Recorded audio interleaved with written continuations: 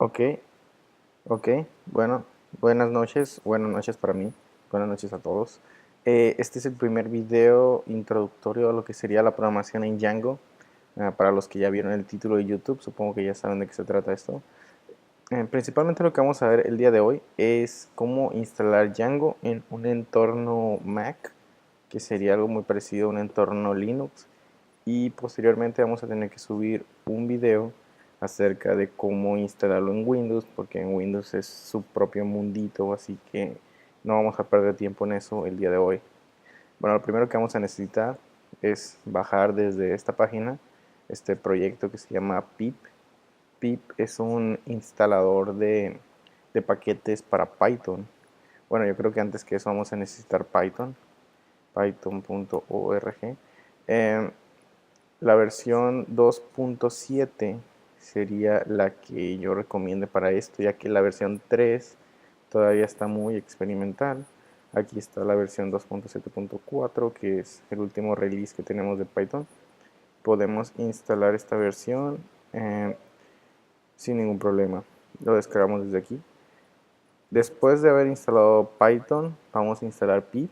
¿Por qué? Porque con pip vamos a descargar todos los paquetes que necesitemos, ¿no? Aquí localmente ya tengo instalado Python. Aquí hay versión para Mac, hay versión para Windows y para Linux.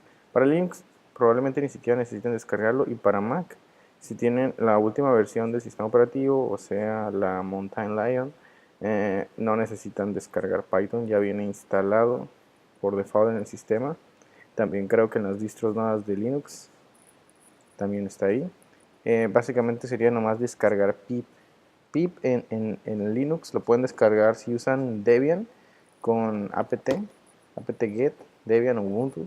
Si usan Fedora, pues con, con Yum, que es el programa para descargar en Fedora, con eso pueden. Y si no, de todas formas, aquí están los paquetes para que los bajen, lo instalen y no hay ningún problema, yo supongo, por la instalación de pip. Bueno, una vez instalado pip, tenemos la consola, que sería esta, y básicamente la, la forma común de utilizar pip es la siguiente. Escribimos pip install y el nombre del paquete que queramos instalar. En este caso sería Django. Si lo dejamos así por default, va a instalar la versión más nueva. Nosotros podemos indicarle que descargue en alguna versión en específico, la 1.4, pero recientemente acabamos de actualizar Django a 1.5, así que vamos a trabajar sobre Django 1.5. En este caso en mi computadora yo ya tengo instalado Django, por eso me dice que ya está instalado, que no necesito volverlo a instalar. A ustedes lo va a descargar y lo va a instalar, ¿no? Es un proceso automático, no necesitan hacer nada más que escribir este comando en su consola y listo. Ok, ¿qué es lo que sigue de esto? Bueno, vamos a iniciar un proyecto. Para iniciar un proyecto, de preferencia, hay que hacerlo sobre alguna carpeta en la que estemos acostumbrados a trabajar proyectos. Yo tengo una en mi disco duro que se llama Django, dentro de mi carpeta de Develop. Ustedes pueden tener la que ustedes quieran, por esto no hay ningún problema. Aquí, ¿qué es lo que vamos a hacer? Bueno, vamos a llamar un comando que se llama Django admin.py. Es un pequeño script que si instalan Django con pip, este ya se los configura en el bin del sistema operativo. Bueno, en caso de que tengan Mac o Linux, supongo que no habrá ningún problema con eso. Um, y este pequeño script nos sirve a nosotros para poder inicializar un proyecto. Este es un manager de Django. Aquí lo que vamos a hacer es pasarle parámetros. Si nomás lo corremos así, podemos ver toda la lista de parámetros que podemos ejecutar con él. El que nos importa ahorita es uno llamado Start Project, que es el que nos permite iniciar un proyecto. ¿Qué es lo que vamos a hacer posteriormente? Vamos a darle el nombre del proyecto que queremos crear. En este caso se va a llamar Django Test. Así se va a llamar nuestro proyecto. Si hacemos esto, Django nos va a crear un proyecto llamado así, Django Test. Podemos ver lo que hay dentro de la carpeta y perdón, vamos a cambiarnos a la carpeta Django Test.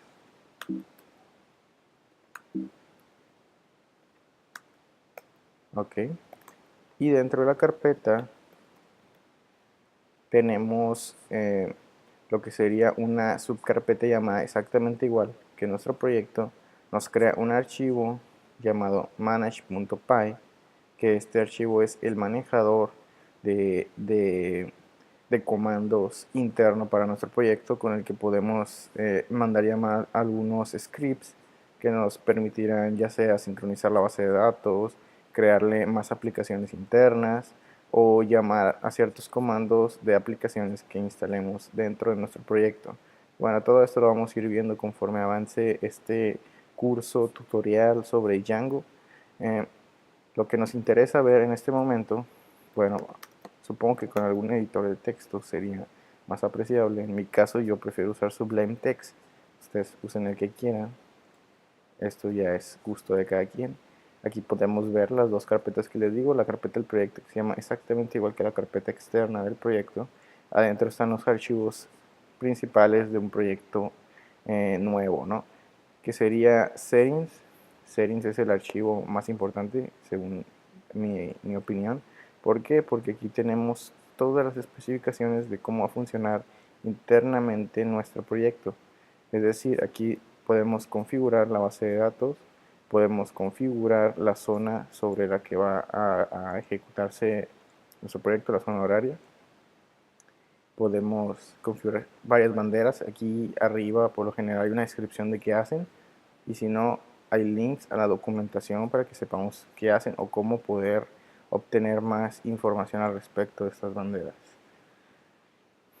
La explicación más detallada de para qué funciona todo esto pues va a ir surgiendo conforme avance el tutorial. Aquí solamente puedo adelantarles que Django es un framework que trabaja en base a aplicaciones, es decir, nosotros tenemos una paquetería ya de aplicaciones dentro del framework que nos permiten trabajar más fácilmente. Por ejemplo, tenemos aplicaciones que ya manejan la autentificación, que ya manejan sesiones, que manejan los archivos, o sea, el sistema de storage de nuestra aplicación.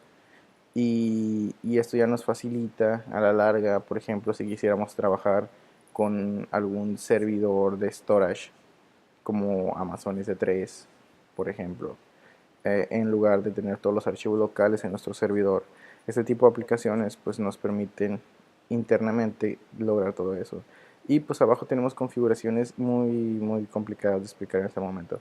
Vamos a resumir con que por de momento solamente vamos a configurar la base de datos para que funcione con SQLite. ¿Por qué con SQLite? Bueno, verán, SQLite, a diferencia de los otros drivers que tiene el framework, ya viene por default en Python, y por lo tanto no tenemos que instalar ni librerías externas de MySQL, ni de Postgres, ni de Oracle, ni tenemos que instalar base de datos ni configurarla de momento. Para hacer pruebas es lo más rápido. Con SQLite vamos a agregar el nombre de la base de datos que queremos crear, que se llamaría test.db, y con esto ya podemos manejar una base de datos temporal para hacer pruebas locales. Tenemos el archivo urls.py. ¿Qué es lo que esto hace? Bueno, si tenemos algo de experiencia con otros frameworks como Ruby on Rails, por ejemplo, a los frameworks actuales, sobre todo los que trabajan con el esquema de modelo vista controlador, utilizan lo que sería una capa de enrutamiento. ¿Y eso qué hace? Bueno, cuando una URL, una petición a una URL llega a nuestra aplicación, esta es resuelta por la capa de enrutamiento de nuestra aplicación. Quienes estén acostumbrados a programar con PHP recordarán que en PHP tenemos cada archivo es un script. Entonces lo que tú hacías era mandar llamar un archivo y este se ejecutaba, o mandabas llamar una ruta, una carpeta, y si dentro existía un index.php, pues automáticamente ese archivo era el que se ejecutaba. y todo el sistema de enrutamiento se manejaba por un sistema físico, bueno, físico entre comillas, por un sistema real de carpetas que tenías que crear dentro del servidor. Aquí no, Django no funciona así. Django lo que hace es que nosotros podemos decirle que dependiendo de cierta URL que llegue a nuestra aplicación, enrutarla a una función que se ejecute. Esta función va a ser una vista, lo que sería el concepto de vista, y esta vista va a regresarnos el resultado, ya sea un template o una respuesta en JSON o una respuesta en XML o lo que sea, ¿no? Cualquier respuesta que el navegador pueda recibir va a ser resuelta por la capa de enrutamiento de Django que se manejaría aquí, ¿ok? Después vamos a ver más a fondo cómo funciona esto. Por último tenemos el WSGI, que esto es la forma en la que trabaja el servidor. Estamos trabajando con un servidor WSGI. ¿Eso qué significa? Significa que nuestra aplicación no es un script que se ejecuta automáticamente cada vez que mandamos llamar el programa, ¿no? Nuestra aplicación va a ser parte de un servidor. O sea, estamos programando parte de ese servidor, no un script que se cuelgue en el server. Por ejemplo, si nosotros hacemos unos cambios en nuestra aplicación, tendríamos que reiniciar el servidor para que estos cambios pudieran funcionar, ya que nuestra aplicación está más integrada, no de la manera en la que funcionaría PHP o por ejemplo Perl o esos lenguajes de script un poquito más viejos que sí estaban hechos para ejecutarse al resolver la URL. Django es una aplicación que siempre está ejecutándose en el server y que dependiendo de cómo esté configurado el servidor puede correr en hilos o tener varios procesos corriendo o ya una manera de distribuir la carga más avanzada. Pero esto le da mucha potencia y mucho poder a lo que es el rendimiento de nuestra aplicación, ya que al ejecutarse de esta manera es una aplicación más que se está ejecutando a un poco más bajo nivel y está aprovechando más el procesamiento del servidor para resolver todo este tipo de peticiones para, en términos más entendibles. Trabajar de esta manera le da más poder a nuestra aplicación, aunque tenemos el inconveniente de que, como ya lo dije, cada cambio que hagamos tenemos que reiniciar el servidor, pero bueno, no se trata de estar haciendo cambios cada 5 minutos tampoco cuando lo tenemos en producción, sino que estar subiendo cierto número de cambios de vez en vez y obviamente previamente testeados para asegurarnos de que no vaya a tronar, ¿no? Pero bueno, ya después vamos a ver cómo manejar servidor de staging para este tipo de cosas, cómo manejar los tests, que son muy importantes, testear todo lo que hacemos, es decir, teóricamente por cada función que hagamos tenemos que hacer otra función que se asegure de que esa función sirva y, y esté validando que el resultado sea correcto sin importar lo que nosotros modifiquemos dentro de cada una de las funciones, clases o todas las partes de nuestra aplicación. Ya después vamos a ver cómo hacer este tipo de test. Primero utilizando la herramienta interna de Django y después vamos a intentar utilizar algunas otras aplicaciones de test más profesionales, más bien más amplias, que han sido desarrolladas por terceros y que están enfocadas para facilitar el testing, pero en otro tipo de asuntos ya más complejos, ¿no?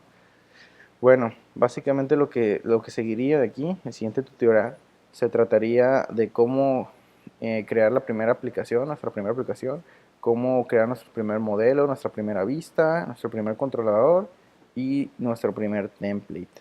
Vamos a enfocarnos en esas partes en nuestro próximo tutorial. Espero que hayan entendido cómo vamos a comenzar esto. Espero que les esté gustando la manera en la que pienso que podemos trabajar. Y bueno, eso es todo por el día de hoy. Soy Jesús Anaya y estuve con ustedes. Ya no estoy. Nos vemos.